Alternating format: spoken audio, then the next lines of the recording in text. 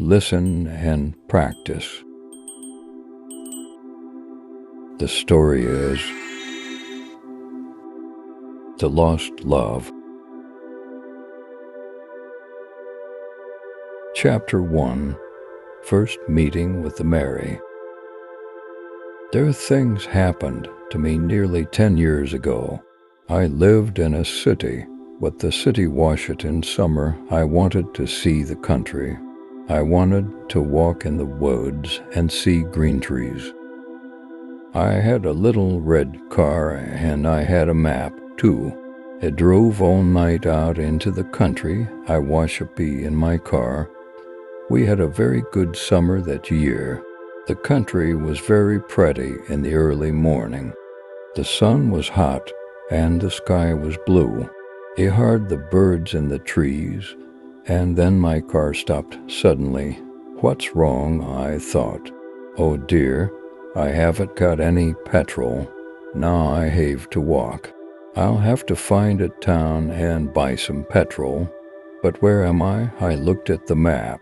I walked near a town. I was lost in the country. And then I saw the girl. She walked down the road with flowers in her hand. She wore a long dress, and her hair was long too.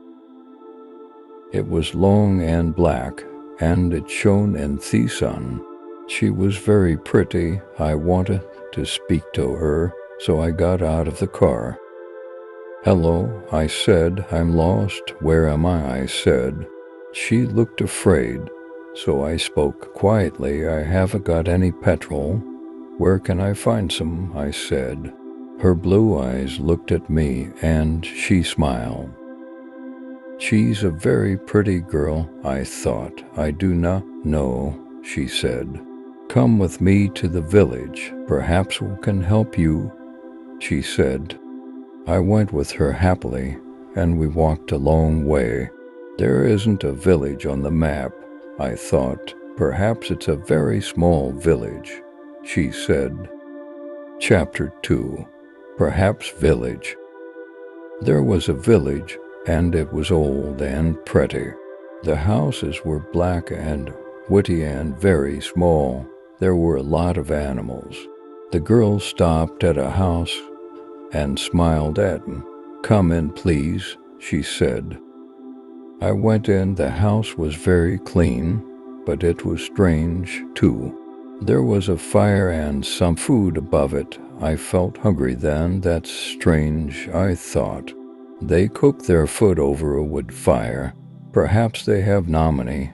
I met her father and mother, and I liked them. They were nice people, but their clothes were strange. Sit down, said the old man. Are you thirsty after your walk? He gave me a drink, and I said, thank you, but the drink was strange, too. It was dark brown and very strong.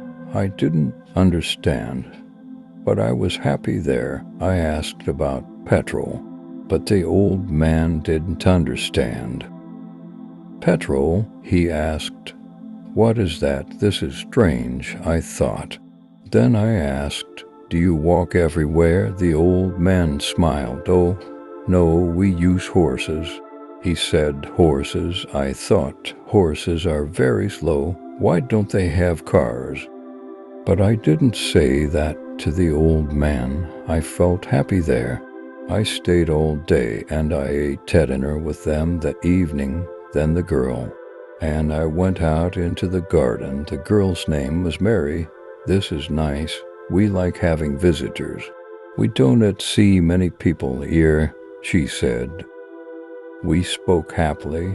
She was very beautiful, but after a time, she began to talk quietly, and her face was sad. Why are you sad? I asked her. I cannot tell you.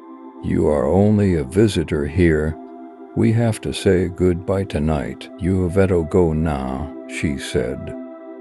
I didn't understand. I loved her. I knew that. And I wanted to help her. Why did I have to go? But Mary said again in a sad voice, "You'll have to go. It is dangerous here. So I said, I'll go to the next town and find some petrol. Then I'll come back. She didn't speak. I love you, Mary, I said, and I'll come back to you. You won't stop me. She said goodbye to me at the door. Her face was very sad, and I was sad too. I didn't want to go. Chapter 3. Strange Secret. It was midnight. The night was very dark. Beauty walked and walked. I was very tired when I saw the lights of a town. I found some petrol, and then I asked the name of the village, but the man at the garage gave me a strange look. What village? He asked.